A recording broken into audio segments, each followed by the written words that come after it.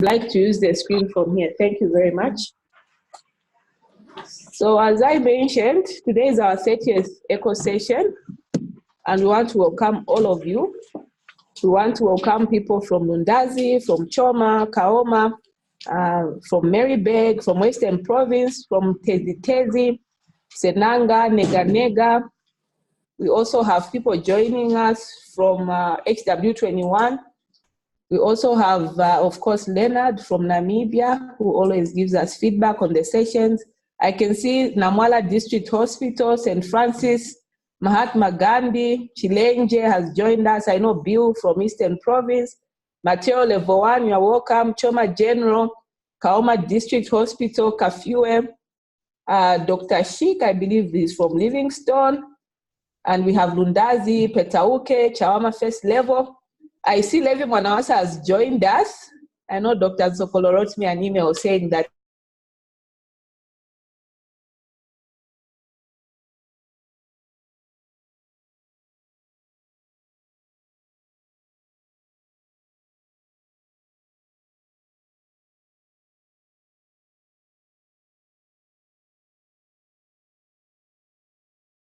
who's been on ART for more than a year, it's okay to use just that one viral load that's been done within the past 1 year to transition them to a DST model for the stable patients.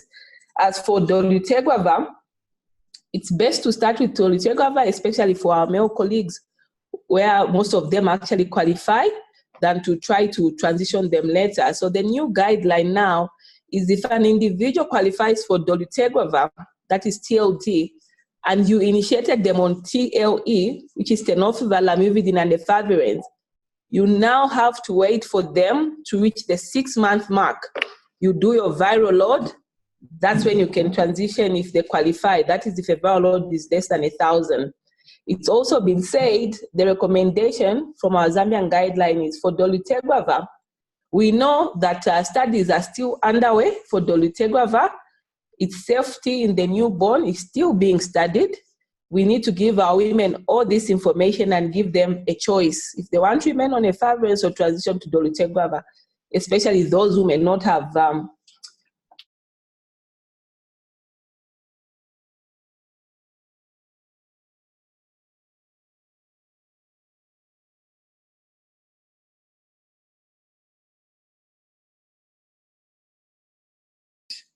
and they might need some other medications. Yeah.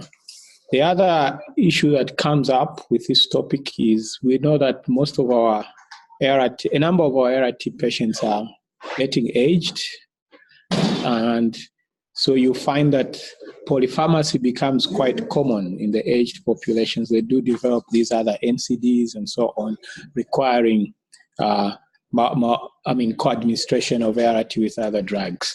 And obviously there is the issue of TB.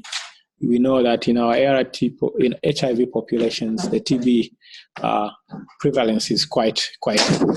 And so it's my pleasure to just present what I've prepared more of a lecture on drug-drug interactions.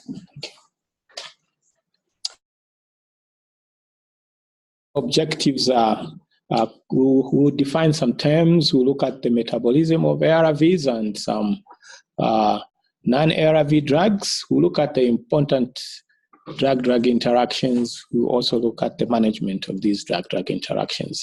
I'll be giving some hints on the management of the drug-drug interactions as I pick each case. All right, we can define some of the terms.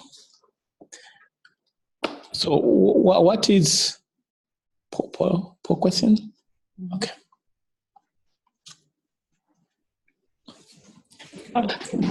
I've been asked to start with a poor question. So the first question is, you must squeeze a newly diagnosed HIV patient with a diagnosis of peptic ulcer disease. Which of the following is correct when co-administering DTG with MMT? I'm sure we know this is milk of magnesium tablet. So we have A, MMT co-administration will lead to DTG toxicity.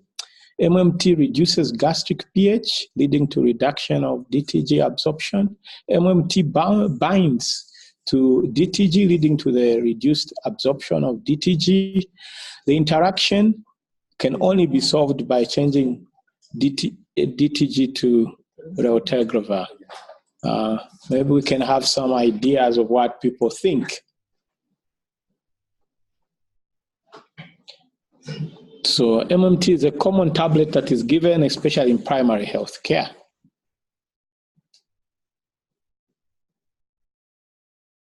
I'll read that again. Imasiku is a newly diagnosed HIV-positive patient with a diagnosis of peptic ulcer disease.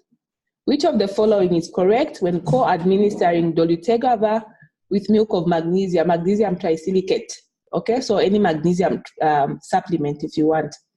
A is MMT co-administration would lead to dolutegravir toxicity. MMT reduces gastric pH, leading to reduction of DTG absorption. MMT binds to dolutegravir, leading to the reduced absorption of DTG. This interaction can only be solved by changing dolutegravir to raltegravir. Okay, so those are the votes. We only have 12 votes. I know we have more than 12 connections. Please feel free to vote. I know we use a lot of MMT in people with gases, isn't it? Yes, with gases. We may not realize Dr. what MOH is here from the MOH. I think he understands the diagnosis of gases. I think we need to include, when I'm teaching the students, I always say you should include another one where you say you don't feel like answering. Maybe that one will go up. Yeah, this is very interesting. Okay, so we have at least some people answers. I'm going to end the polling now and go to the next question. Okay. Okay. So these are some. So I hope that I hope that as we go on, we'll get to see what's the correct answer to this question. So the second one. The second question is, I can't see. The management of the drug-drug interaction between rifampicin and lopinivir with ritonavir in adults include all the following except if you have a patient who you are starting on ATT and they are on something like lopinavir, which is ritonavir boosted. Please bear in mind this is for adults. I know the poll question is not reflecting that. Your options are the following, but we need the one that is not applicable. Switching the lopinavir ritonavir to atazanavir ritonavir. That's one of your options. Or do you want to increase the dose of your ritonavir? Or still increasing the dose of your lopinavir with ritonavir, or switching the rifampicin to rifabutin? Which of the following would be applicable? Okay. I hope everyone can see that. The management of drug-drug interactions. If you have somebody on rifampicin, obviously that's as part of ATT, and you have somebody on lopinavir, what are the options? Which of the following are the following are options except one? Which one is not acceptable? Can we switch from lopinavir to ataz? Can we increase the dose of ritonavir, something we call double boosting? Can we increase the dose of lopinavir, ritonavir? You're saying out the answers. Switching rifampicin to rifabutin. So you have very interesting responses there. I hope everyone can see. As you can see, a couple of people feel that it's not acceptable for you to increase the dose of ritonavir. A few feel it's not acceptable to increase the dose of lopinavir. Well, some people feel it's not acceptable to switch from rifampicin to rifabutin. I know that when poll questions or MCQs have accept, that's the killer right there. But 65% of the people feel that it's not acceptable to switch from lopinavir to ataz, which is atazanavir. So we'll go to our third polling question. I hope everyone can see that. Yes.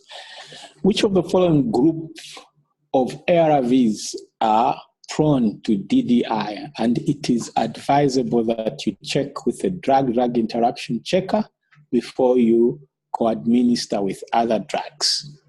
I think this is a very good question. So the first group is TDF and DTG, protease inhibitors and EFV, AZT and protease inhibitors.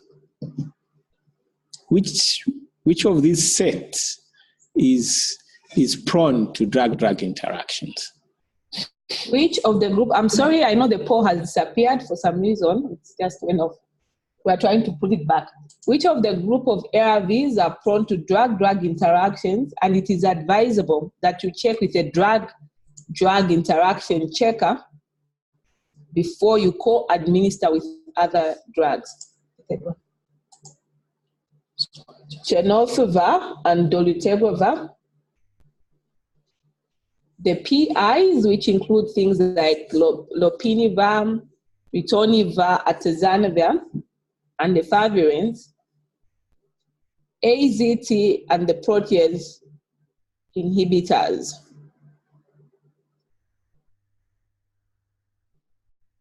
Okay, we only have 11. We'll keep the poll on. So which drug, if you have it on board, before you co-administer, should you always check your drug interaction checker, because they are very prone to interaction? Is it tenofovir and dolutegravir, protease inhibitors and efavirenz, AZT and PIs? I know one drug that I always have to check my drug-drug interaction checker is rifampicin. I know it's not one of these options. So whenever I'm giving ATT, I always have to check, because rifampicin is one of the strongest inducers of the P450, and it tends to be problematic. Okay, so this is how it's looking now. 15% feel that if you are using dolutegravir and tenofovir, you need to always check your drug interaction checker. Most of the people, 61%, feel that it's the PIs and the efavirenz. Then there's a certain proportion, 21%, that feel it's AZT and the PIs. And I came up with a new one, dolutegravir. I tried to say tenofovir and dolutegravir in the same sentence. Okay. Thanks, Dr. Foloshi. So forgive me, the didactic today will be more of a lecture than the other sessions we've had, I think, the previous months, where we were more of public health. So there might be a lot of science and molecules, so just get used. I struggled to come across a standard definition of drug-drug interaction, but this is really a definition to say when drug-drug interactions are important. This is when co-administration of two or more drugs. This can be ART and ART, or ARV and ARV, or ARV with any non-ARV drug in this case, when administering those two drugs to get two or more drugs to get together will lead to safety, efficacy, or tolerability issues that are greater than when either of those drugs is being administered alone. Yeah. So commonly, these drug-drug interactions will arise because of these two phenomena, what we call pharmacokinetics or pharmacodynamics. So in short, pharmacokinetics is just the fate of a drug, in the body, what happens to it. This is really what the body does to the drug, in short. And there are four things that will determine the pharmacokinetics of the drug, and that is the absorption of that drug, the distribution of that drug, the metabolism, and the elimination of that particular drug. So the pharmacokinetics really, in simple terms, will determine the drug levels in the blood, the plasma levels of that particular drug. Yeah, and these processes obviously occur in four main organs. That is the GIT, the blood and its vessels, the liver and the kidneys. So most of the drug interactions issues will have to do with either of these organs. Then you have pharmacodynamics. This is just what the body, the drug actually does to the body. This is the biochemical, physiological effects of that drug, and it includes the mechanism of action. Yeah. So these interactions in this space are quite rare and common, yeah, but they do occur. And we kind of think of them in terms of whether it's synergistic or antagonistic, or some of them are useful or harmful. A good example here is, when we talk about ARVs, is if you have to give, say, a drug like AZT and stavudine, they both work the same ways. They begin to antagonize each other, so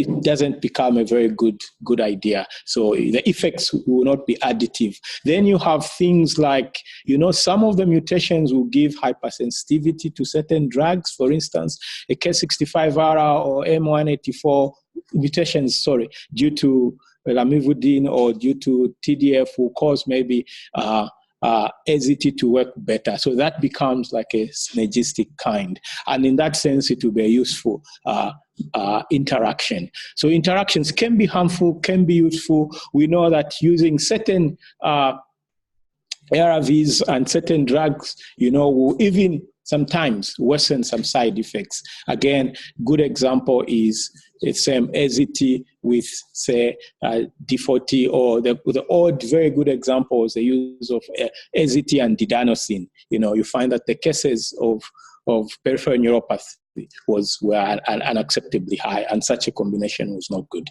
So this is how drug-drug interactions can arise, and I'll spend time talking about the first group, which is the pharmacokinetics type of drug-drug interactions. Yeah. Next slide. Yeah, so really, in pharmacokinetic drug-drug interactions, you have an ARV and maybe a co-medicine, a non-ARV medicine, and these will interact, based on those four processes that I gave.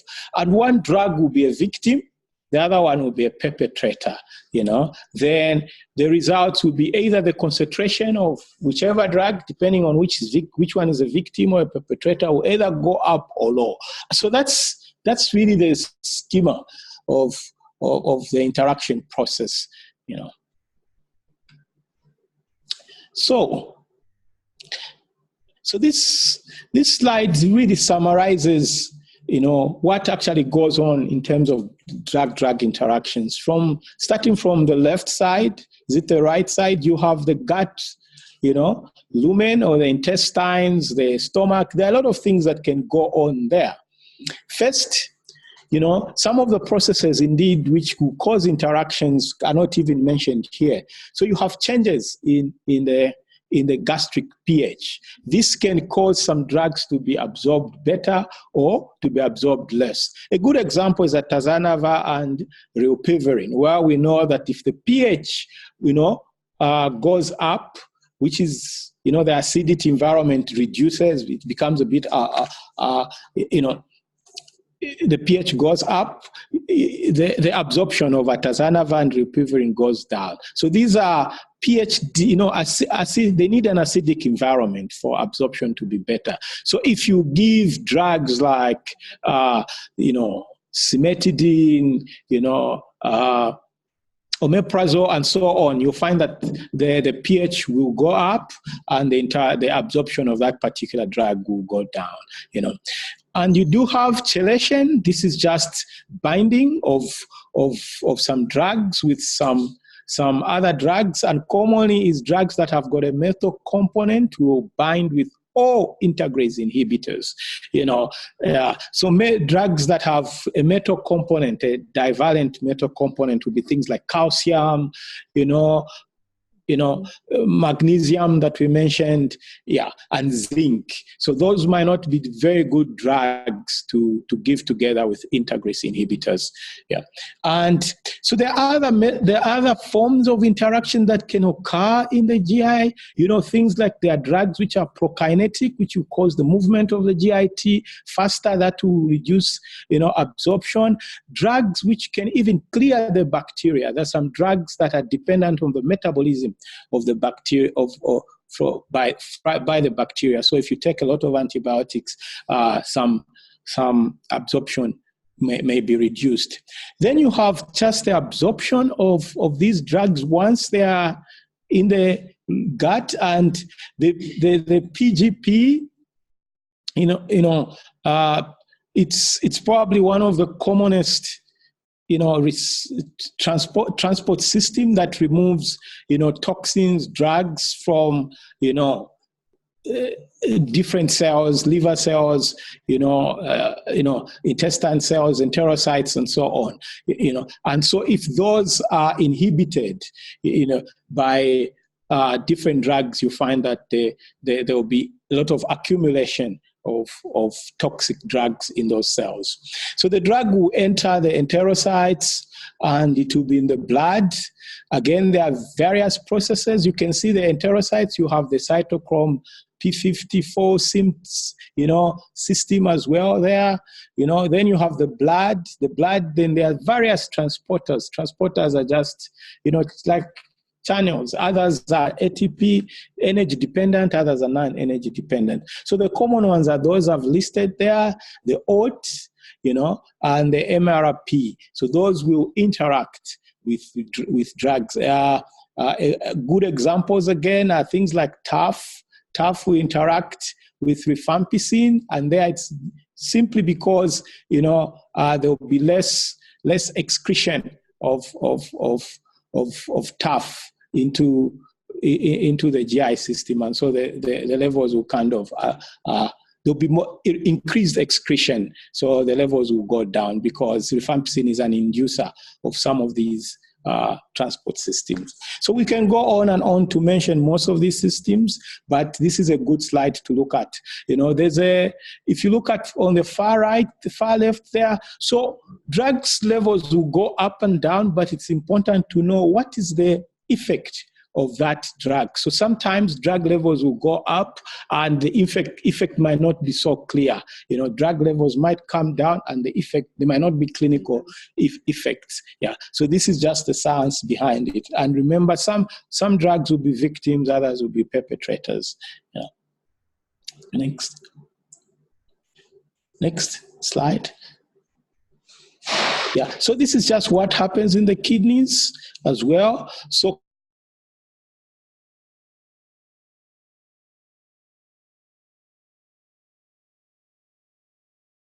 the OAT 1 and 2 where tenofovir works. So this is what helps tenofovir to be so if the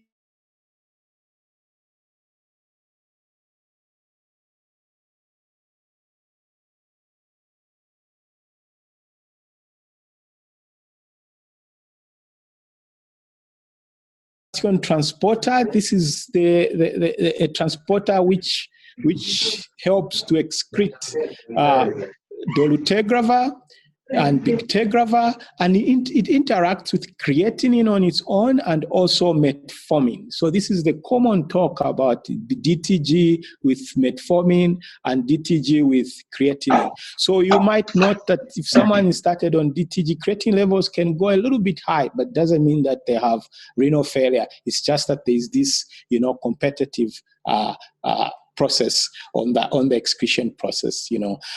Ritonavir and cobicistat does also work on the excretion. This is why some like cobicistat and ritonavir are used to help to raise the levels of a lot of PIs, and even integrase some integrase inhibitors. Yeah. All right. So this is really what happens at the kidney level. Yeah. So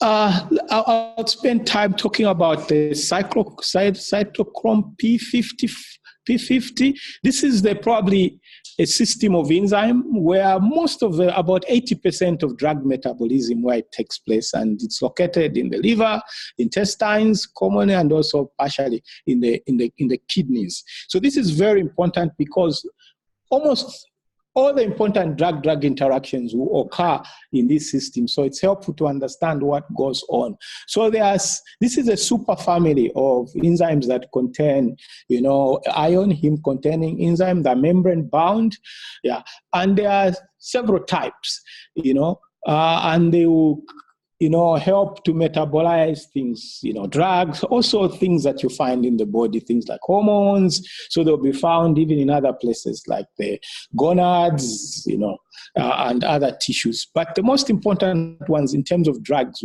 will be cytochrome, cytochrome P50, type 1, 2, and 3, and they have different other subtypes in there. So cytochrome 3A4 is probably the most important in terms of drugs, and we'll probably spend time discussing that.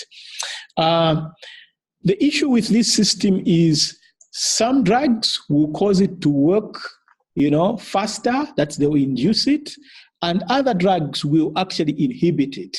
And so this will have impact on the drug that was supposed to be metabolized or broken down by this same enzyme system. So hence the levels can go up or go down. Next slide. So next slide.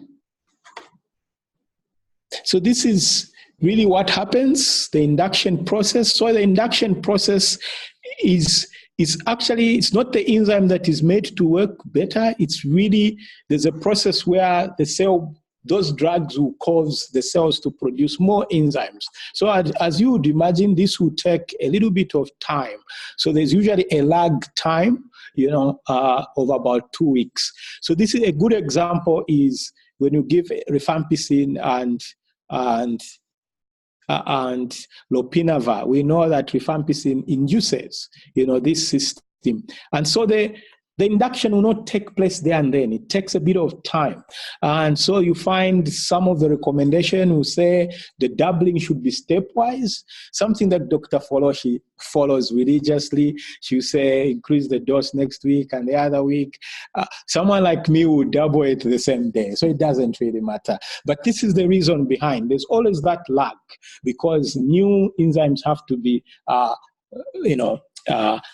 made, and also reversing the system. Also, there will be another lag as well. So the induction will kind of prolong, and then you have inhibition. Inhibition is the usual, competitive or non-competitive inhibition. So this will be probably take maybe a day or two to see the effects, But the most important thing is induction will lead to reduction in the plasma concentration of the substrate or the drug that is supposed to be metabolized by that same system. And inhibition will lead to increased concentration, of the particular drug. And this will have different effects. Next. Sorry, a lot of science today, again. So these are some of the drugs that are metabolized by this same system. Like I've said, cytochrome P1, 2, and 3 are the commonest one. So if you can see cytochrome 3A, 4, and 5, probably those are the commonest one. You find that most of the drugs that we used actually are metabolized by that system, There are protease inhibitors. This list is quite old, but it includes all the other protease inhibitors that are there, which are not on that list. Lopinavir will be on this same list. So these are drugs that are, are substrates, of this same enzyme system. You can take time to look at that. Next slide. So these are drugs that will either induce or inhibit this system. So the inhibitors are listed above. As you can see, again, the most important one, 3A, 4, and 5, you find that OPIs are inhibitors, antibiotics, macrolides, antifungals, and other drugs like, drugs that we use in heart problems, like BP like diazoxide and verapamil, common ones, and things like cimetidine. Then you have drugs which are actually inducers. On that list, efavirenz, this includes nevirapine. It includes things like also corticosteroids are inducers as well of these same systems. Yeah. So these will cause the levels of the substrate to go down, and the inhibitors will cause the levels of the substrate to go up.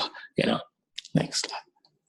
So again, if you look at that list, you find that the most important ARVs that we see which interact with that system are actually PIs and indeed efavirenz. And also the TB rifampicin works on several other types of the cytochrome P50, including the 3F, 4, and 5. So I've picked a few of important interactions. So rifampicin and protease inhibitors, you can see that drug levels for, with huge numbers, up to about, 95% of atazanava will be a reduced level. So if you had 100 milligrams of atazanava in your blood, if you take some rifampicin, you only be left with 5 milligrams, which will not do anything. This is the reason why you cannot give atazanava and rifampicin. You can't even double the dose. How are you going to increase that 95? It's not an option. So you go into these facilities, we saw even from our poll questions that some people feel it's one of the options. Get it from me. It's not, as you can see from the numbers. Darunava, there's a closure in this argument. Some people thought you could, some people thought you shouldn't. I think this year there's a closure that we know the risk of hepatotoxicity are unacceptably high. Should never be used with rifampicin. Yeah. So you can see that the only one which has got the least, reduction of 75%, although not good enough as well, is lopinava, ritonava, which is not really good. Also 75%. Maybe you can try and double this one as an option. You can increase the dose of ritonava so that the inhibition is higher, or the best way is not to use rifampicin at all. Next slide. So rifampicin with NNRTIs, there is somehow a lot of reduction, others up to 80, like rilpivirine, which can't be used. Yeah, but let me draw your attention to efavirenz and rifampicin. You see that the reduction are like in the 20s, 30s, which have been found to not have really clinical significance, including efavirenz 400. We know we've talked about the ANCHOR trial, and this, so it means you can actually use it. I put some of the findings there, the numbers. So there was like a 25% reduction, which did not reduce below levels that are known to be effective. So efavirenz 400, efavirenz 600 can be used with NNRTIs without trouble. Nevirapine should not be used. You can see the levels are quite high, though this drug, I think, will not be using it a lot at the moment. Etravirine, there's paucity of data, but there's a reduction of various levels depending on the literature you look at. But the big guidelines don't recommend it. Though the new NNRTIs, the riverine, you shouldn't use it as well according to recommendations. Dolutegravir, a lot of talk right now and confusion. Outrightly, the only drug that is contraindicated with dolutegravir is dofetilide. This, we use it in atrial fibrillation commonly. It's a cardiac drug. But you can see that these other drugs, you can kind of increase the dose, and so on. Yes, though. So these two guidelines are different. You can see on your left, the US, that's a US recommendation. On your right is the European recommendation. So you can see the variations, yeah. But in other words, you can double the dose sometimes depending on what you have, yeah. And then you have the recommendation with metformin where you just have to watch, yeah. So I had to include also, I think, disseminated the TPT guidelines. So we have 3-HP in the TPT guidelines. We know that it's safe to use dolutegravir with rifampicin and isoniazid. So that data is there now. So dolutegravir is almost always a victim, except when it's working with dofetilide or metformin. It's other drugs that brings the problem. Next.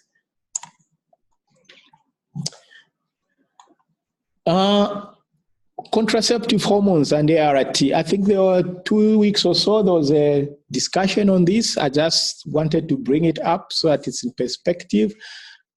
Mainly, this slide shows that hormones work, on that same system in a lot of times. Next slide. So whichever type of hormones you can look at. So we know that there are recommendations. We know that some PIs, the efavirenz, and so on, can actually interact, and the efavirenz really does reduce the levels of, ethinyl estradiol and so on. But the recommendations are that there's no contraindications for any ARV or combined oral contraceptive use. That's from WHO, because these reductions that are seen don't seem to have clinical implications, and not that DTG does not affect hormones, so it can be used with hormonal contraceptives. Next slide. Statins, the common ones. So statins are also victims. The doses of statins will go up, causing side effects of statins, chiefly hepatitis and myositis. So really, the issue is to watch the symptoms and to start with very low doses. Though there are some statins, as you can see there, which should never be used. A good example is statin like rosuvastatin, where increased, they are like 360%. Those should never be used. Yeah. So you can use atorvastatin. You start with lower doses. Yeah. Lovastatin also you can start maybe with. You should never use it. I think the lesson here is you start with small doses. Next. Steroid levels go up, commonly with PIs or PIs, and this can cause things like adrenal insufficiency and so on. So different types of steroids, will have, different levels of going up and interacting with PIs. So again, the lesson comes back to PIs are something to watch for. If you're gonna prescribe a PI, you watch for interactions. Next.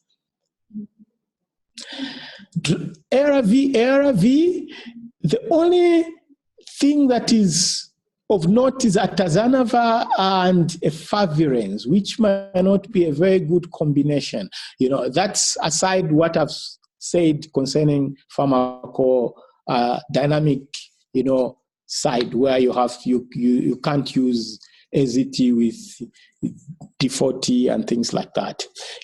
Otherwise, when you look at PIs and say, NNRTIs, we know that the doses for tenofovir or even TAF will go slightly up, sometimes up to 40%. You just have to monitor a little bit of toxicity.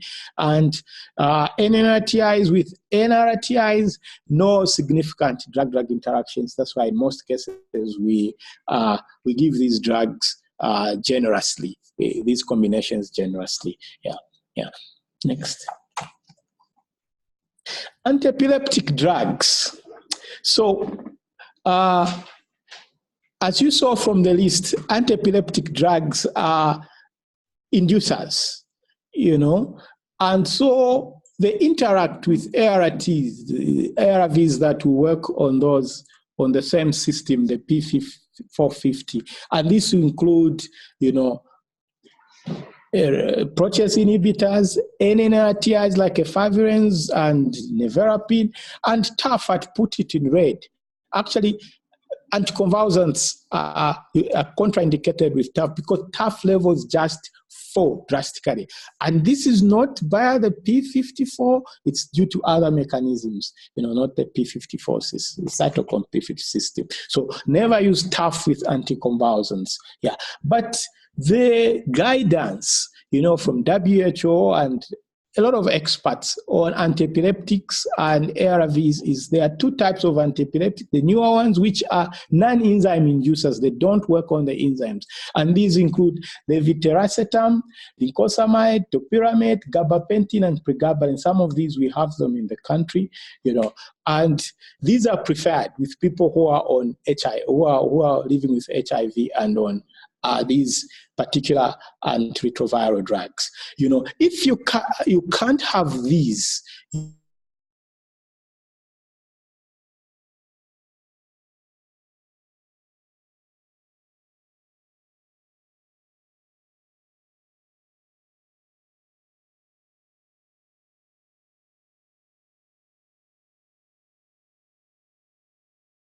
I had to put malaria because it's common and ARVs. Yeah, as you can see, our coatam, our lovely coatam, the levels go down, yeah. And we have to watch for that, monitor closely. And, those of us who practice, we find this quite common. Someone who is on ART given coatam, and after some time, the MPs slides are still positive, where you just have to go and give higher doses. Yeah, So there is an interaction with efavirenz, nevirapine, with PIs as well, and most of those is that artemiside does go down. You can see with efavirenz it's up to high to about 80%, meaning that a lot of artemiside will not be in the blood. Yeah. So the recommendation is you can consider alternative ones or indeed just have a close monitoring. It really depends also on how sick the patient is. If the patient is very sick, maybe think of using other drugs, Next.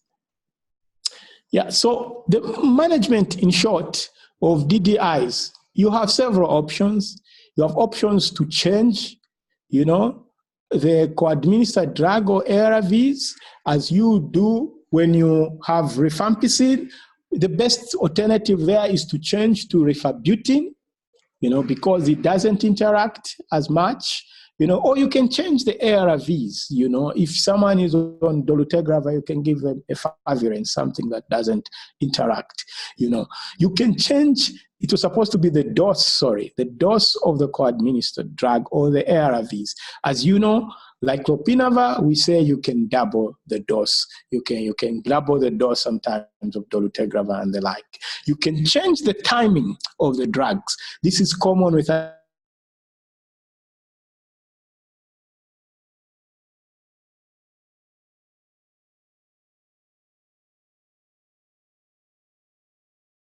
but always use drug interaction checker to avoid misuse of. So this is the practice that we should inculcate in ourselves as we see these patients. Let's not be shy, and there are so many options of these drug-drug interactions checkers. Medscape, Hippocrates, the Liverpool one, AIDS Info, the Stanford Guide. These are,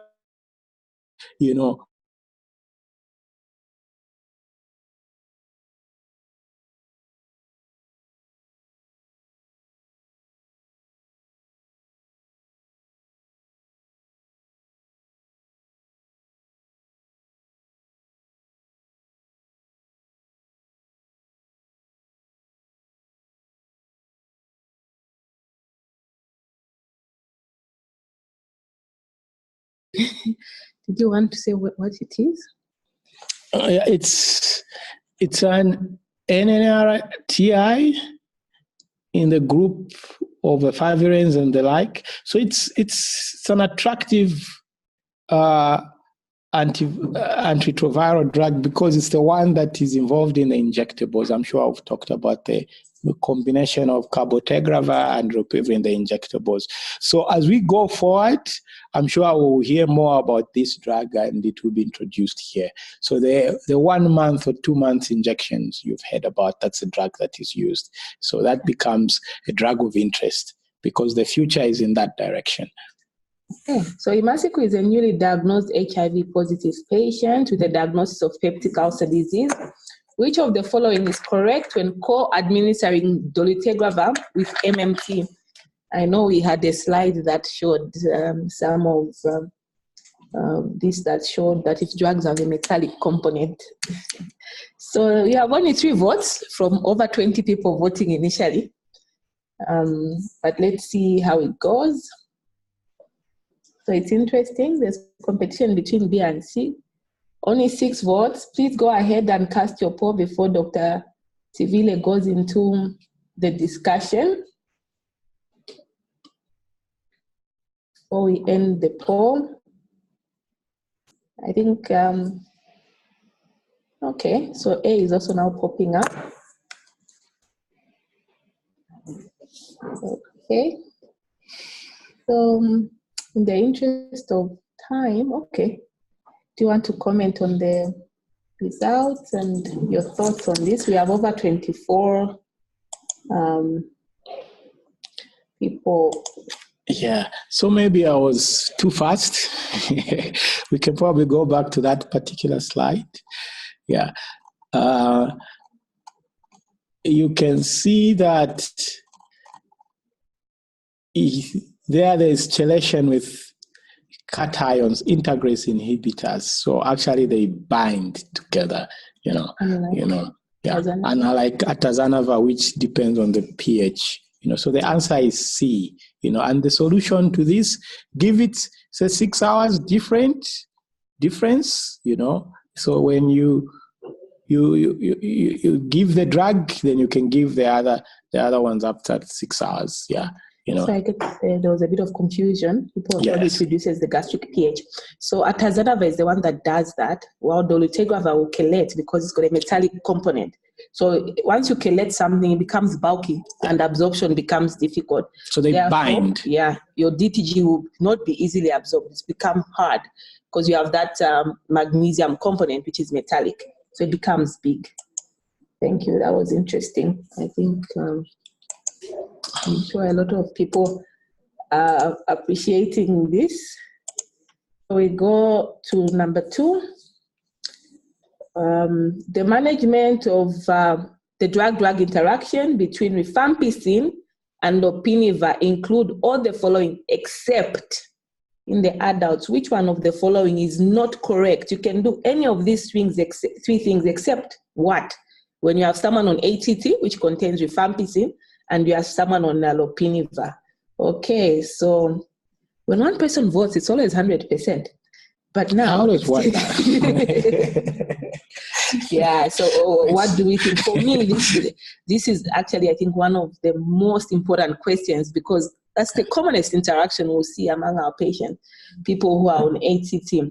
The management of drug-drug interaction for somebody who's on rifampicin and lopinivir. Well, how would you go about managing such a patient? Remember, they've got TB, then they're on a PI.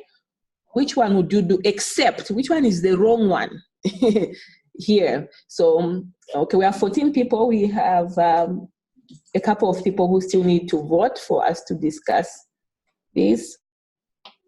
Okay. So the options are switching the lopinivir to atazanavir. Is this acceptable or not? Remember, we are looking for the negative answer, the one that will negatively impact the patient. If I'm on ATT and you switch me to ataz, what will happen to me as a patient? What's happening to my ataz in the presence of rifampicin? Increasing the dose of ritonavir, something we call double boosting. Increasing the dose of lopinivir, ritonavir. switching from rifampicin to rifabutin. Which of these is wrong to do in a patient if they are on rifampicin and lopinivir? I need to emphasize on this because this is common. So which of these is wrong? What should you not do? So we have 70% of the people saying don't switch to atazanavir ritonavir. Some people say don't increase the dose of ritonavir. We don't do that. Some people, 5% are saying increase the dose of the lopinivir ritonavir. You don't do that. They are saying this is not acceptable.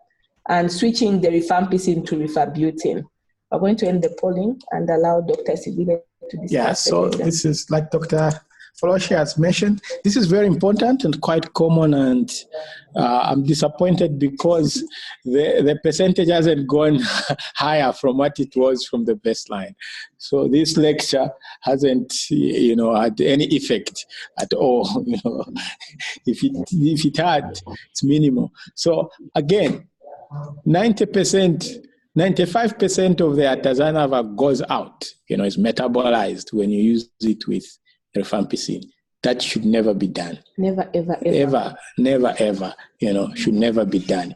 And this is in adults. If it's in children, these levels are even higher. So you don't have any option of doubling or doing anything. You just don't give the two drugs. You don't give PIs with rifampicin in children because all those levels, they go up close to 100%, all of them.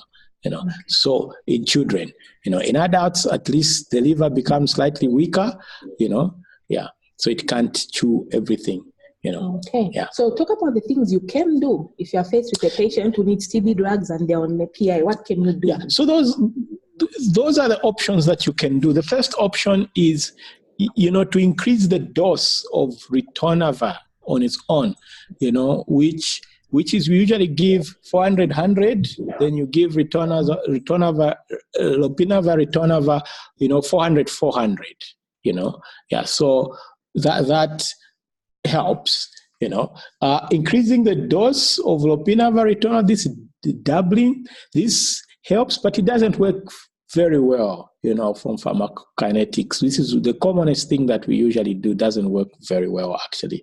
The best option is really to just don't use the rifampicin, use rifabutin, if you have, So I think the biggest issue is availability of rifabutin. I know even in third line, it's a bit of a struggle. Right now we have, but most of the facilities may not have rifabutin. So usually your option is to increase your dose of lopinavir, ritonavir, but that takes you to 4 tabs twice a day. Then you have to do it in a stepwise. Then you have to come down, but a bit later than when you stop the whole ATT. But actually, our Zambian guidelines recommend that you increase the dose of your lopinavir, ritonavir, you double the dose. It's a bit bulky, but the evidence is a bit stronger in adults. I know for pediatric populations, this is even a bit harder. But in our Zambian guidelines, we strongly do not advise to switch people to lopinavir and atazanavir. I acknowledge that it's an easier option because it's only 1 tablet. But kindly note that if you put someone who's on ATT on atazanavir, it means you're only giving 5% of the drug and the patient will actually fail their treatment. Okay, so we go to our third polling question. Which of the groups of ARVs are prone to drug-drug interactions, and it is advisable that you always check your drug-drug interaction checker before you co-administer with other drugs? Which ones are the ones that should make you worry when you see?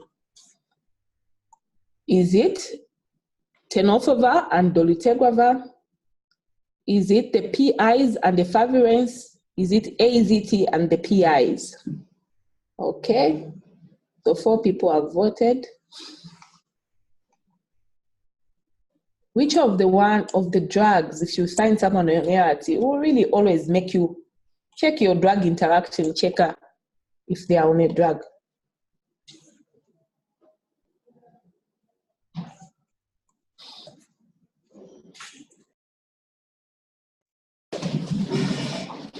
Okay, so we have tenofovir and dolutegravir. The PIs and the favirenz, AZT and the PIs. Which drugs will make you worry based on what we've talked about? So this is our last poll question. I would like to appeal to Suilanji to prepare to share their screen. I hope, Chimunya, you got the final version of the slides, not what I saw you share initially, but the last one, which has your name on it. Which of the followings are prone to drug-drug interactions, and you should always check your drug interaction checker when you have these drugs on board? TDF and DTG. This is not to say they interact with each other, but they interact with other drugs. Protease inhibitors and efavirenz, AZT and protease inhibitors. Going to end the polling and allow Dr. Sivile to... Yeah, so, like I mentioned, about 80%, at least 80% of drug-drug interactions involve the cytochrome P50 system, and it's protease inhibitors and efavirenz that are either inducers, or inhibitors of that system, and substrate also of that system. TDF is not, DTG is not, AZT is not. So those are the ones you look for, because we know that's where most of the problems come from. Yeah. Thank you. So I think the thing was also the pairing, isn't it? Because DTG, we've been told, is usually the victim. Yes. Unless you are using that funny drug on your heart and metformin. Yes. So if it was DTG with the PIs, that would have been corrected. Sure. Or DTG with efavirenz. But the most notorious drugs are your PIs. I know when we have our patients in third line or second line, just to take them on a statin, you really have to try everything before you add a statin on board, because you don't want to cause rhabdomyolysis or hepatic toxicity. Because we need to remember, if a drug is an inducer, it will reduce the other drug, meaning your ARV stop working. But the problem is if it's an inhibitor, your drug levels go high and it becomes toxic, isn't it? Of course, I think the main things are that rilpivirine, which we don't have but is a good drug, TAF, tenofovir, alafenamide, which we'll be getting soon, and that tazanava should never ever be used with ATT. So we'll take some comments from the network for Dr. Suilanji. Do we have any comments or any questions?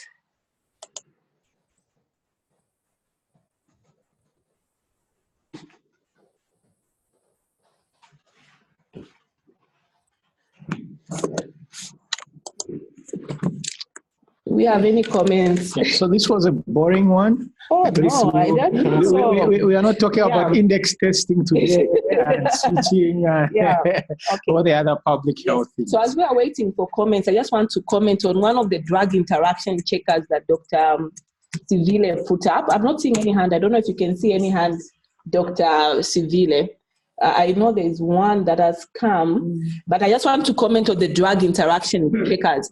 If you can go to Google, you go to the Liverpool drug interaction. That's the one I use. It's free. You can easily download it on your phone. It's very, very useful, especially when you're using whatever drug in ARVs. It's very free. It's the Liverpool interaction checker. I think some folks sat down at Liverpool University and came up with this. It's very, very easy to.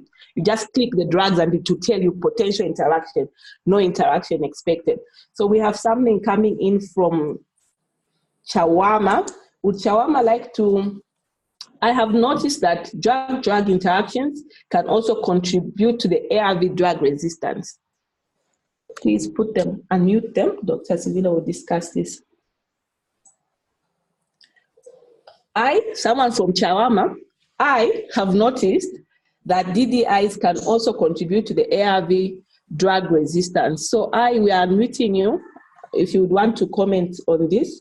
Have you unmuted, Chawama? Chawama, please go ahead. Yes, Dr. Sombo, good afternoon. You are muted. I have noticed that DDIs can also contribute to ARV drug resistance. Dr. Onoya? Yes, good afternoon. I'd like to congratulate he's talking, actually. Sivile. Sorry, Dr. Onoya, we cannot hear you for some reason. I don't know why. He's actually talking. Sorry, Dr. Onoya, but Dr. Sivile, would you like to comment on that? Yes, I think that's the importance of this talk. Yeah. So if you ever find someone is on third line, there are two common reasons someone goes to third line. The first one is extremely bad compliance, extremely. For you to break the PIs, they have a high genetic barrier. You need extremely bad compliance. The second one is drug-drug interactions. The problem we have is our PIs are the ones we use in second line, and as you've seen, they interact with a lot of drugs. They have that weakness to them that they interact with a lot of drugs. So that's what takes people to third line. So that's a very good observation, Dr. Onoya. I know when I'm in third line and somebody is failing, one of the things I ask, have you ever been on TB treatment? How many drugs of lopinivir were you given? And usually the catch is they continued on the lopinivir at a low dose, and we saw more than 70% won't be in your system, meaning you have just enough drug to create resistance, but actually not to treat your HIV. I know, do you want to comment on rifabutin? You say, do not use rifampicin at all. I felt that was strong. I know, Bill, I don't know if, Bill, you've got rifabutin where you are in Nimba. No, we don't have. We don't have rifabutin. So it's funny, Bill is also talking. I can't hear him. So he says that they don't have. Maybe just a show of hand. Do any of the facilities here have rifabutin? Any hands? St. Francis is fancy. If St. Francis have unmuted you, do you have rifabutin? No. I think there's a problem. They are talking, we can't hear them. Dr. Chatonda, we can't hear them. But anyway, so facilities don't have rifabutin. So the options are few, which is doubling your lopinivir or doubling your dolutegravir, isn't it? So just to be clear that we are all on the same page. So Chimunya, please share your slide. So I think the coming in of dolutegravir makes some of these problems easier. We are not saying you switch patients, but if this becomes a very big issue, dolutegravir becomes an option, because we know that as opposed to what happens with PIs, the interaction with dolutegravir, actually the drug levels are quite very high, when you do double them. They're quite, you can be comfortable with them. So doubling the dose of dolutegravir is a very good option. And something I also do in my clinical practice, because I know that lopinivir, the pill burden, it's really through the roof, and you are dealing with an adolescent. So you really want to consider dolutegravir, and this is where risk-benefit issues. I'm using third line. I'm not thinking about pregnancy. I'm thinking about you saving a life here. So we should really think about giving that BD dose of dolutegravir. Unfortunately, we cannot hear the spokes. I believe it's an issue on our side. But Chimunya, can you hear us? We can see your slides. We go into the case quickly. So Mary tells me they can hear the hub, they can hear the spokes, but we cannot hear them. So it's only the hub that can hear the people speaking. We are supposed to hear people talking. And if you can rename your computers and devices, I know there's someone called TB. It's difficult when you ask a question to say, TB, can you say something? So you can go to participants and try to rename. As we try to get sound, I don't know if, Makando, are you online? Can you help us with the sound issue? We cannot hear the spokes at all. I think actually people can hear each other. So Chimunya. Yes, Doc, are you getting me? Hello? Okay, sorry, we seem to have a problem. Hello, Dr. Sombo, I'm here. I think we can start with the case. Yes. Yeah. So Chimunya is presenting a patient that she's been taking care of from Suilanji. It's quite an interesting case, but we seem to have a sound problem. Yeah, so you can type in the questions or any discussion point. I saw Dr. Matthews here from MOH. From MOH is here. At least we are guided by our parents. I saw his hands up. I just wanted a bit more. I'm so sorry, Chimunya. I know you're saying, Doc, can you hear me? Unfortunately, I cannot hear you. I don't know if you can actually go ahead, read the case. I know the spokes can hear you as we try, so that we don't delay you. We'll read from our papers, because we have papers here. Dr. Matthews wanted to. Yes, Dr. Matthews. Yeah, it was just an issue of anti-epileptic options. Yes. In our patients with seizures, HIV. I think we've got a huge challenge there. Yes. Because most of the patients are on carbamazepine or phenobarbital. Very few of them. Some of the options we took over the past maybe 2 years was to transition some of them to sodium valproate. Yes. And we know levetiracetam is not available and it's expensive. For those few patients.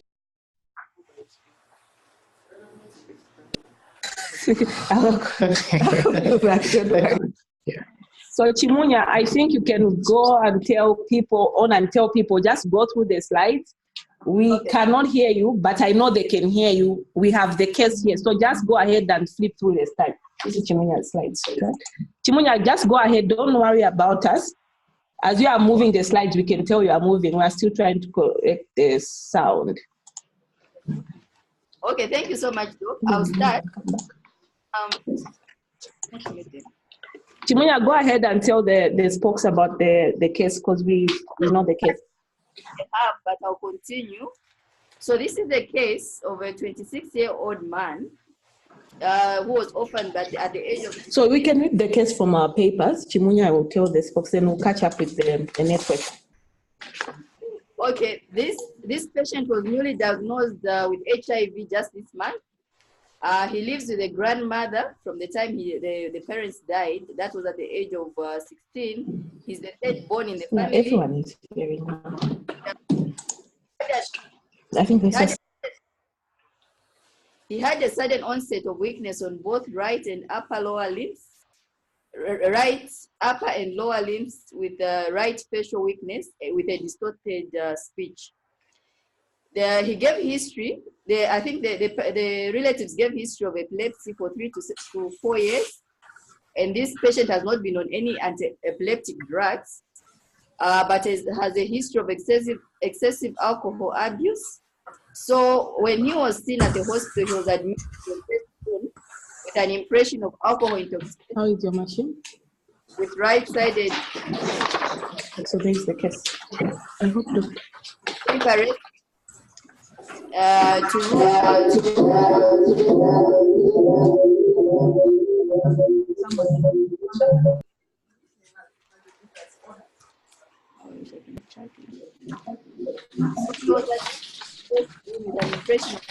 For mutuals and use mine. Yeah, thanks. Thank you. Right, non-epileptic. So he tested positive on discharge and was referred to ART and physiotherapy.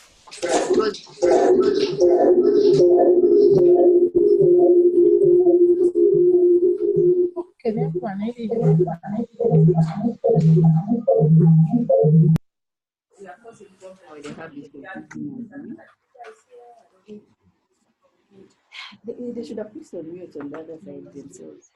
So I continue. The other medications that were given in the world, that's aspirin, atorvastatin, and I think that's all. He gave a sexual history of having multiple sexual relationships since 2014 and rarely used condoms. He has no history of any serious illness, including TB. So this patient was just newly diagnosed. So we did the baseline investigations, that's CD4, creatinine, ALT, full blood count, HBV, RPR, and cholesterol. And we commenced him on TLE. So going to the lab results that we received so far, hepatitis was negative, it was non-reactive.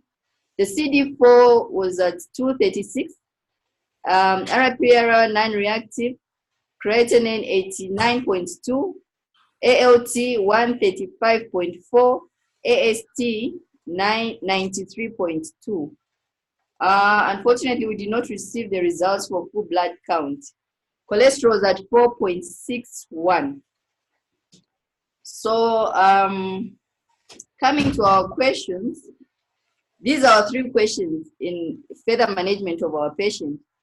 We started him on TLE, now we're asking, should we have used TOD instead? And what other investigations can we do?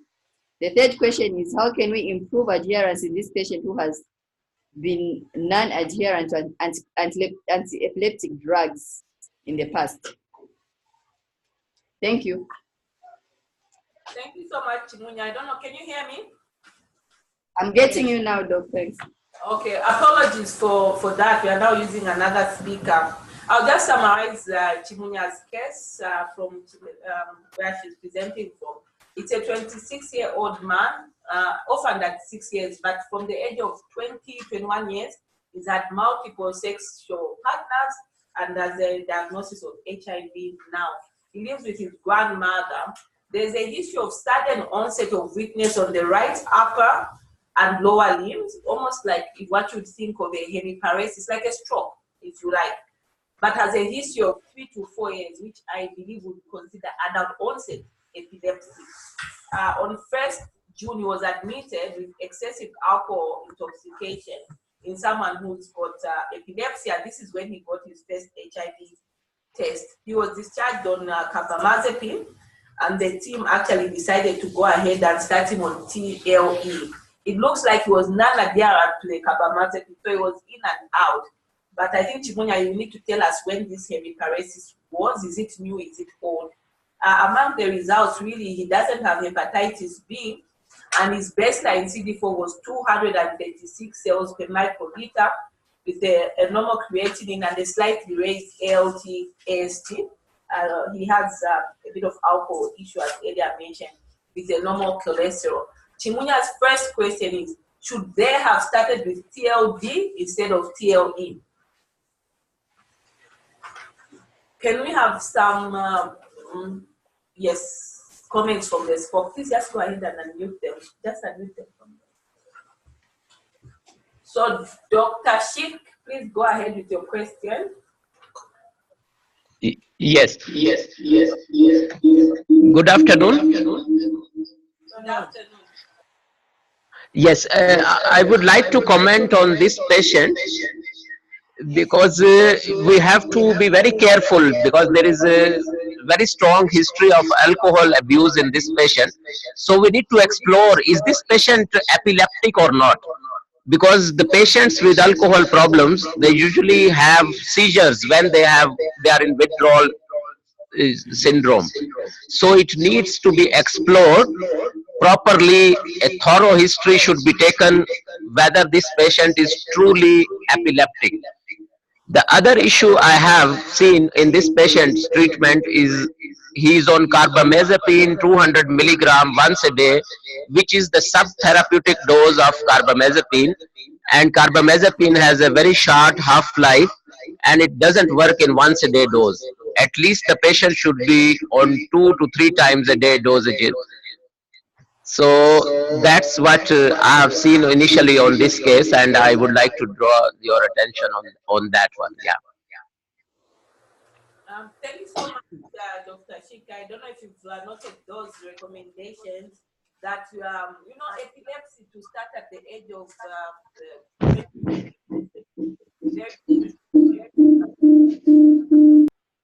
on that. That's why I think Dr. Sheikh is saying you need to explore. Was this patient having withdrawals and then now labeled as an epileptic, or is it delirium tremens? So I think the recommendation is that we take it with a pinch of salt and we explore further, because we know these are lifelong diagnoses that require medication. So I think that's our first recommendation. And he's saying, why did we go with carbamazepine once a day when it has a short half-life? Usually we'll dose it BT or 3 times a day. I'm not sure if you know why they did that, Chimunya, or we'll just take that as a recommendation. I think we'll take it as a recommendation. I'm not very sure why that was given, because this is the patient who was admitted and was just referred to ART on discharge. So maybe we can follow up on that one. Okay, thank you so much, Chimunya. And that may explain why he keeps coming back into the system. Any other comments that I may not see from the network? I know that there are 5 comments. Any other comments?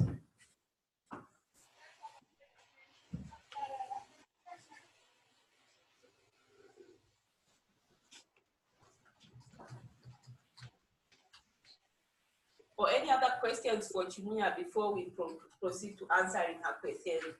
Like Chimunya, for me personally, I want to know when this hemiparesis sets in before we let her have experts maybe comment and ask any questions. We have Dr. MOH, an ad hoc expert. Thank you so much for joining us.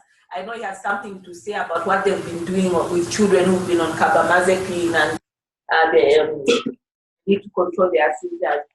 Any comment on the hemiparesis pneumonia? Is it new or has he always had hemiparesis on the right? No, Doc, this is new. He said, from history, he said he just suddenly woke up on the 1st of June and realized that he couldn't stand from bed. So it was a sudden onset. It's a new onset. Okay. So this is a new onset hemiparesis occurred on the 1st of June. I guess that's what brought him in, isn't it? Yes, that's what brought him in. And people thought still it was alcohol intoxication, but he had hemiparesis. Any questions for Chimunya from here? There's a question from Bill. Bill, we're going to unmute you and allow you to ask your question. Bill, go ahead and ask your question. Yes. Yes. Yes, Chimunya, I wanted. Was a CT scan requested? Was it done not on this client? A CT scan was requested, but it wasn't done. I mean the brain CT scan, actually. No, it wasn't done. Okay. Okay, the CT scan wasn't done. Thank you. You have to explain why so that people know that you had it in mind. However, sometimes it's, well, why wasn't it done? It was requested. CT scan was requested. It wasn't done because I think there was no electricity. Oh, you have a CT scan at Suilanji? Yes. You have? You have a CT scan at Suilanji?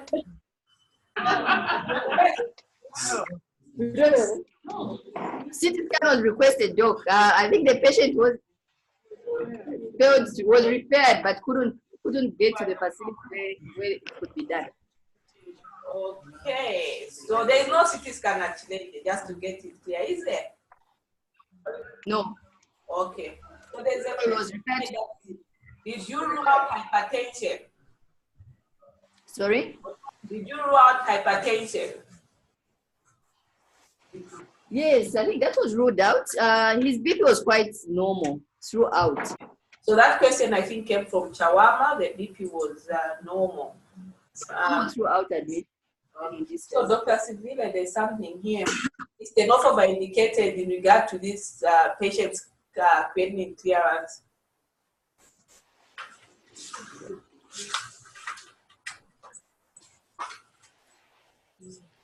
So for creatinine clearance, you need the weight, which we don't have, but I would assume they calculated that. Okay, so there's another comment. Can you unmute Livingstone? They want to say something. Let's unmute Livingstone. They have a comment. So that one would have to be calculated. We don't have the weight of the gentleman. So Livingstone, please go ahead with your contribution. Hello, I hope you can hear me. This is Dr. Sheikh again. Oh, you've switched. Okay, that's fine. Yes? Yes, you see, in this patient, the most important investigation at this stage is to get a proper detailed history about his alcohol use and the seizure. It's more important than even any other investigation because we need to establish if this man is really epileptic or he is not. That's when now we decide now whether he will need treatment or not. And the first thing is for him is again, you know, we have to help him come out of this alcohol problem and stop taking alcohol. Thank you so much, Dr. Sheikh. I'm sure Chimunya has noted that we really need to go back. This is a patient that needs really a thorough workup. Because I know you said that reflexes are present in both upper and lower limbs. I don't know if Dr. Sivile wants to comment. There are no reflexes in the right and left. So actually what brought this man is the right hemiparesis. Yes. Yes. Okay, yeah. So I'll try and answer some of the questions. The first one, should we use TLD instead of TLE in someone who has who is on carbamazepine. So we gave the recommendations, you know. Yeah. So this person can be given TLD, but even the TLD, then you have to dose the double dose, at least in some of the recommendations. Maybe we can go to that slide. Oh, it's not here. Yeah. So there's a mixed recommendations there. So you can double the dose, you know, of TG. But that is if the patient actually needs the carbamazepine. Now, concerning for instance, if they need the carbamazepine, if you have to choose between TLE and TLD, which one is better? TLD is better. TLE, the problem is both the anti-epileptic and the hypertensive and the antiretrovirals, they both go down. Yeah. So that's the interaction, it's both ways, as opposed to the TLD one where it's kind of just one way down and you can actually correct it by down dose. Now, Dr. Manoj, do you have to comment about the other alternative they would have had? He was commenting on sodium valproate.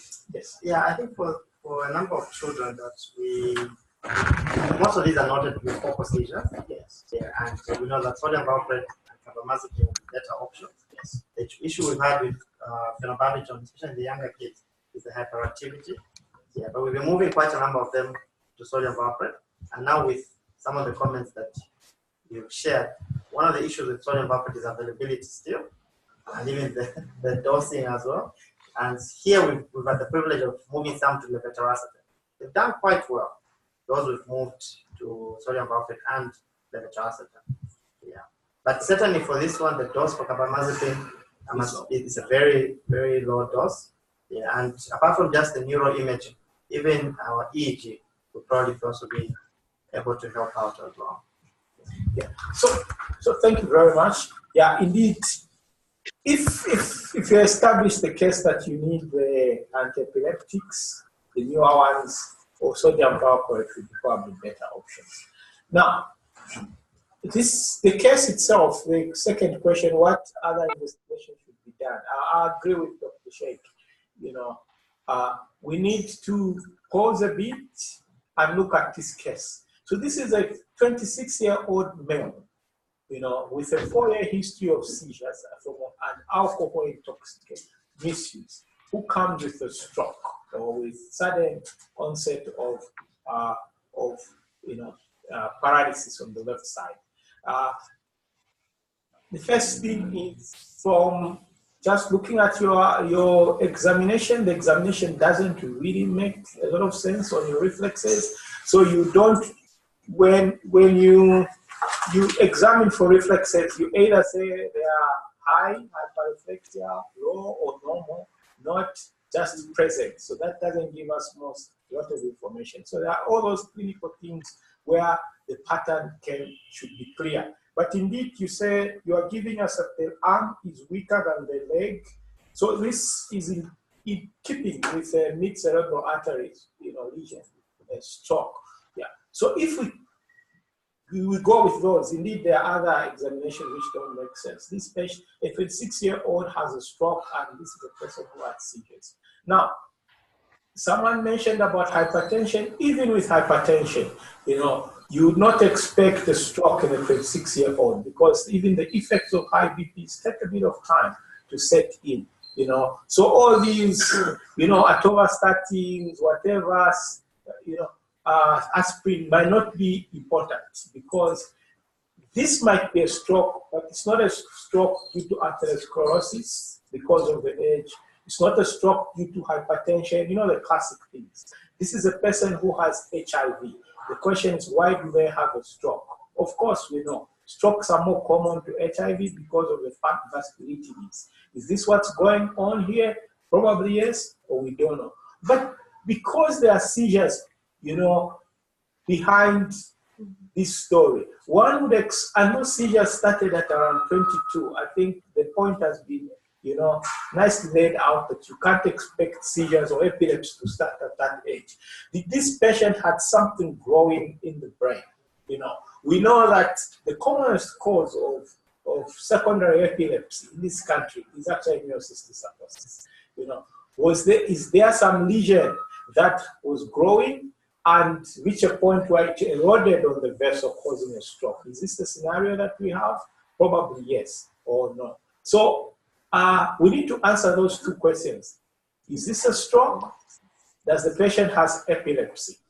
And the way we can answer that, Dr. Sheikh has advised us on one side, a good history. Are these seizures? Is this during withdrawals? And so on. Probably this is a patient who should be referred to a psychiatrist to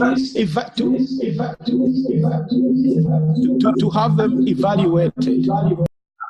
Then I would argue that you need that brain imaging to know if there's actually a stroke in this patient. So these are, I think, issues with investigations that are needed. I don't think we'll get much joy in getting these other things, lipid levels and so on. Of course, if we can't find anything, a lot of other things will need to be done while there's that stroke. If we find that it's actually an effective stroke, things like echo, things like ECG, all those will be indicated as we move on. But for now, imaging is a priority and getting the evaluation of these seizures. Then if they do need, if at all they have seizures, a seizure disorder, they will need antiepileptic drugs. We've advised what antiepileptic drugs to give them. If they have a stroke, whatever is there, it's something that can be treated, can be treated. We can treat it. It's something that can be treated, we forget about it. Number 3, how can we improve adherence in this patient who has been non-adherent to antiepileptic drugs in the past? I think so. The issue of non-adherence might be premature with that dose, which is so small. 200 milligrams, everyone has commented. Yeah, I think we need to start with giving the correct dose. So get it from us. The correct dose for carbamazepine is supposed to be 2 or 3 times a day, and actually the effective dose, from literature, finds somewhere like 800. Because of carbamazepine is one of those drugs that undergo auto-induction. It reduces the cytochrome P50 so that it chews itself even some more. So as you start, you need to start increase the dose till you reach the level at around 2 weeks. So I think we give the right dose first.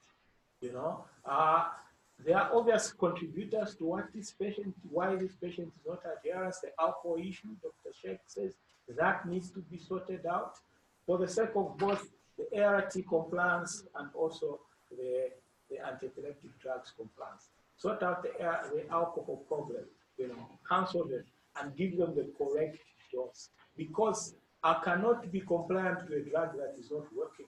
First, I have to see the drug works, But if you're giving me a low dose, it doesn't work, why should I take it? So you need to convince them by giving them the correct dose to start with. And having Dr. Thomas, please go ahead with your question.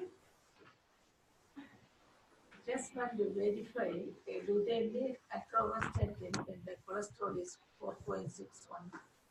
So can we remove it because already with the adherence challenges and so many times? Yes. So again, just an isolated lipid level is not an indication for statins. You have to have a long calculation. You put lipids in there. You have to assess the risk of an adverse events. Then statins are classified into minimal.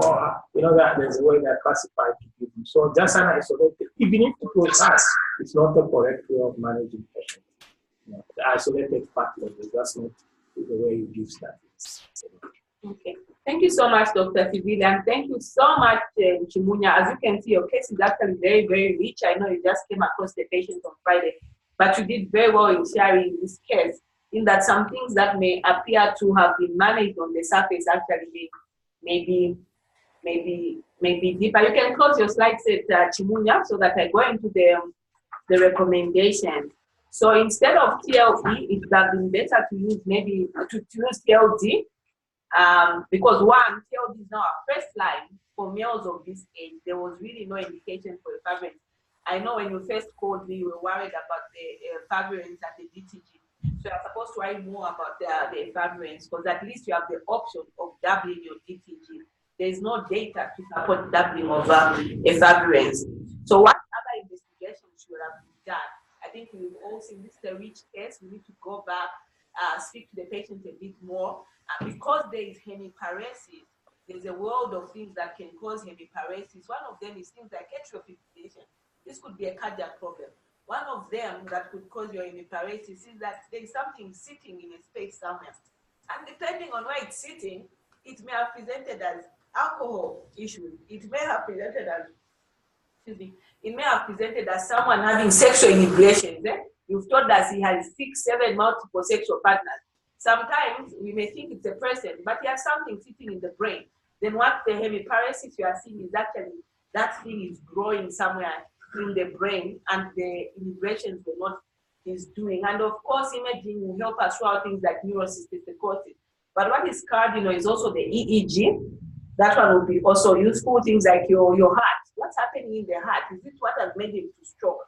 And as for the how do we improve adherence? You know, adherence, that's why I get very interested when we talk about ESC. It depends very much on the patient. You cannot improve adherence with this underlying issue. You have him paralyzed, he's now bedridden. So I think the suggestion is that we treat whatever is underlying, investigate it further. So since we move him to TLD, but now you have to wait for him to reach 6 months, see what is viral load, then move to TLD. I'm sure you know why we are making that recommendation. It's recently been changed. So you have to wait for 6 months in order to take him to TLD. For now, you may consider giving him twice a day of carbamazepine, but another good option mentioned by Dr. MOH is sodium valproate. I think some facilities have it. So for the adherence, we need to think further.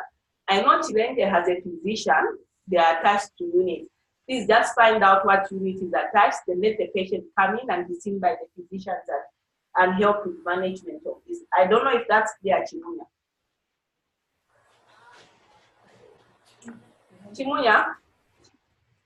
Yes, Doc.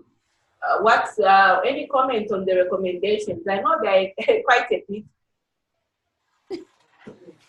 Yes, if I got you very well, you said the first thing we should do is to rule out whether this is real epilepsy or not, and establish whether this patient really needs carbamazepine. If not, then probably it has to just be ruled out. Then we should have started TOD instead of TOE, but since we already started TOE, we need to continue until 6 months later, after we are sure of the viral load. So what we need to do now is just to establish the cause of the hemiparesis. I'm sure that's the recommendation. Yeah. But my strongest recommendation is to pair up with the physician that sees, so that he can help you input, because you know the recommendations are many, like EEG, CG, and echo. So when the visiting physician comes over, you can discuss this very, very important case. We are very, very grateful for you sharing this case with us. It has so many layers of richness. I'm trying to run it over time just because we lost sound in the hub. But we are now going to close today's session. And next week's session is adolescents and disclosure in the adolescent population. I think we'll have Dr. Rukaya, who will be our expert presenter for that day. Want to thank Dr. Sivile for coming. I know you had a very hard weekend. You were supporting the unit. And want to thank Suilanji and Chimunya for this case. I thought it was a very good case to complement, to help us learn more about drug-drug interactions. So thank you all for being patient. I can see we still have people despite having 1 minute overtime. Thank you so much, and we'll see you on Monday 14:30 next week.